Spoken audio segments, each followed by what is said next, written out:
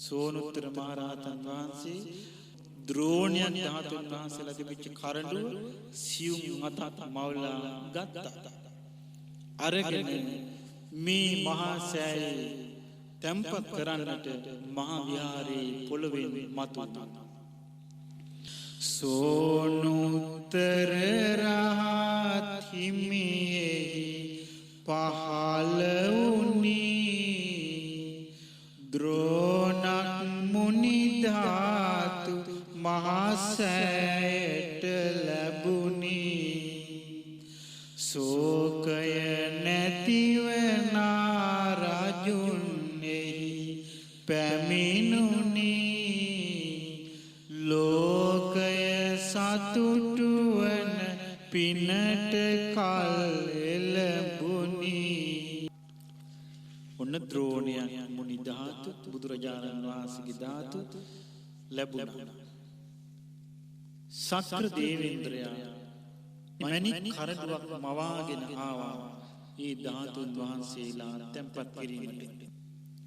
සක්දෙව් රජුන්ගෙන මිනි කරඬුවක් සොඳ සිත් කලු බමර කඩු පොල් මල්ගෙන සුවඳ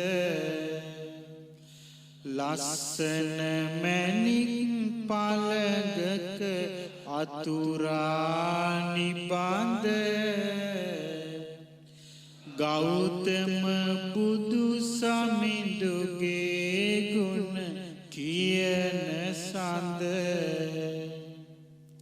අරනිදු හිස තබාගෙන කරඬුව සොඳිනේ පවසන විටදී සමදෙන අප මුනි වරුනේ මුනි සඳු වඳින්නට දෙවිවරු පිරිවැරුනේ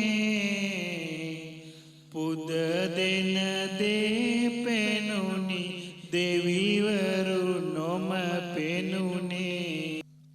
දැන් බලන්න ඒ රහතන් වහන්සේලා පිරිවරාගෙන දුටුගැමුණු රජතුමා පෙරදිග දිසාවෙන් ධාතු ගර්භයට බහිනවා.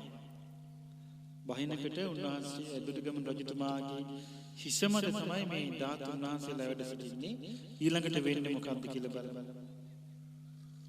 ඉරිදි බලෙන් ඒ කරඬුව ඇරුණා අන්න බලන්නේ ධාතුන් වඩිනා සැනකින් ලස්සන බුදුරුව මැවුනා සවනක් ඝන බුදු රැස්ද විහිදුනා.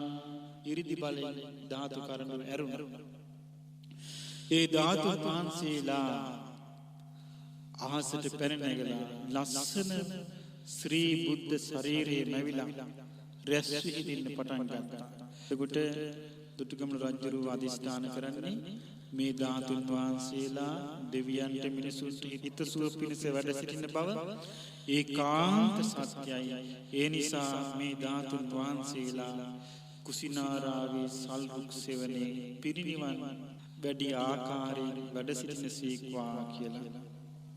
ලෙව්සත සනසන ඒ මුනි ධාතුන් සතපුනි පිරිනිවනට වැඩිසේ ගෞතම සසුනේ පෙළහර දකිමින් මිහි කත කම්පාවිය බොහෝසේ නිම්නැති සතුටින් ගාමිනි නිරිඳුන් පිදුවා සිරිලක් බිම සතොසේ දෙවිමිනිසුන් සැම බුදුගුණ කියමින් සතුටුනා හිරු සඳුලදසේ